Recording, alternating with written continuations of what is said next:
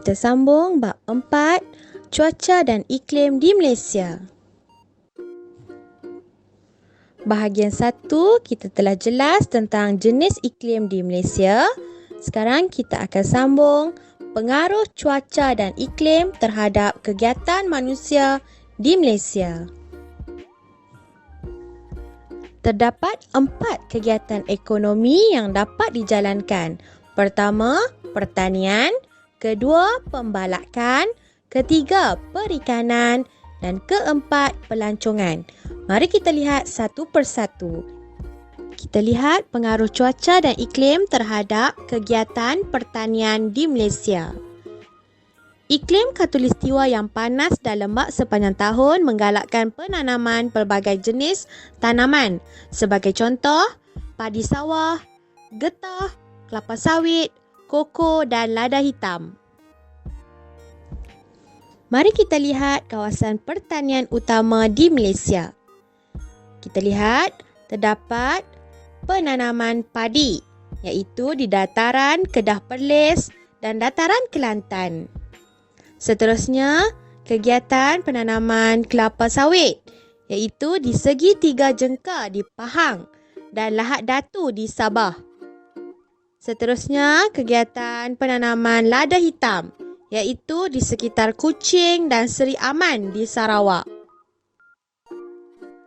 Di kawasan tanah tinggi yang mengalami suhu antara 18 darjah Celsius hingga 21 darjah Celsius sesuai untuk penanaman teh, sayur-sayuran, bunga-bungaan dan buah-buahan hawa sederhana. Sebagai contoh, Canberra Highland di Pahang dan Kundasang di Sabah. Seterusnya, pengaruh cuaca dan iklim terhadap kegiatan pembalakan di Malaysia. Suhu yang tinggi dan jumlah hujan yang banyak di Malaysia menggalakkan pertumbuhan hutan hujan tropika, terutamanya di kawasan pedalaman Semenanjung Malaysia serta pedalaman Sabah dan Sarawak. Pelbagai pokok kayu keras seperti cengal, meranti, nyatuh dan keruing yang terdapat di hutan hujan tropika telah menggalakkan kegiatan pembalakan.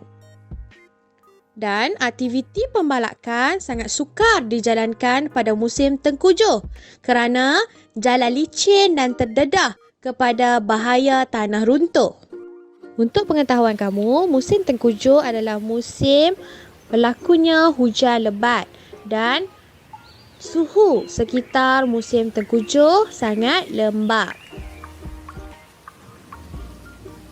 Seterusnya, pengaruh cuaca dan iklim terhadap kegiatan perikanan di Malaysia. Pada musim tengkujuh, iaitu semasa tiupan angin monsun timur laut, nelayan di pantai timur Semenanjung Malaysia tidak dapat turun ke laut kerana keadaan Laut Cina Selatan yang bergelora.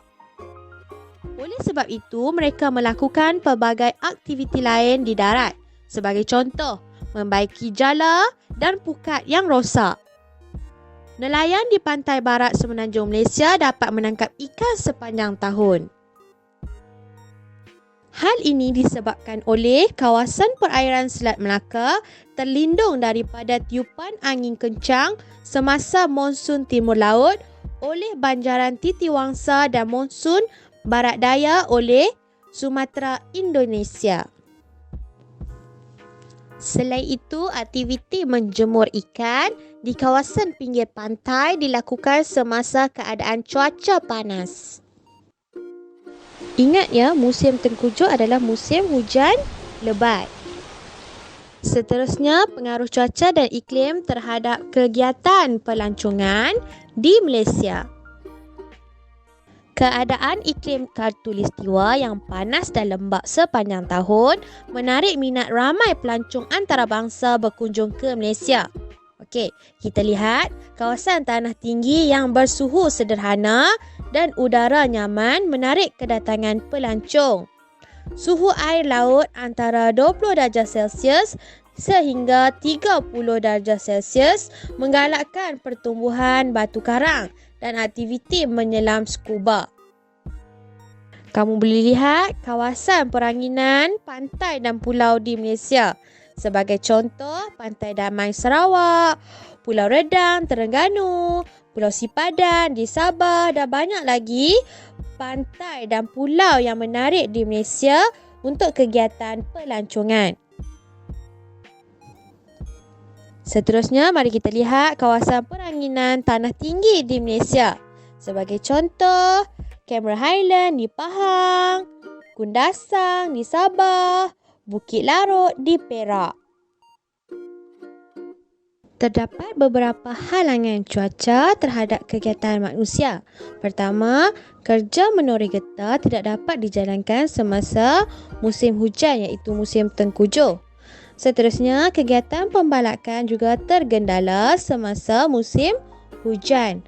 Dan kegiatan perikanan juga terjejas semasa monsun timur laut kerana laut bergelora. Okey murid-murid, itu saja untuk bahagian 2. Kita akan sambung bahagian 3 dengan kesan kegiatan manusia terhadap cuaca dan iklim di Malaysia pada video seterusnya. Bye. Selamat belajar. Jumpa lagi.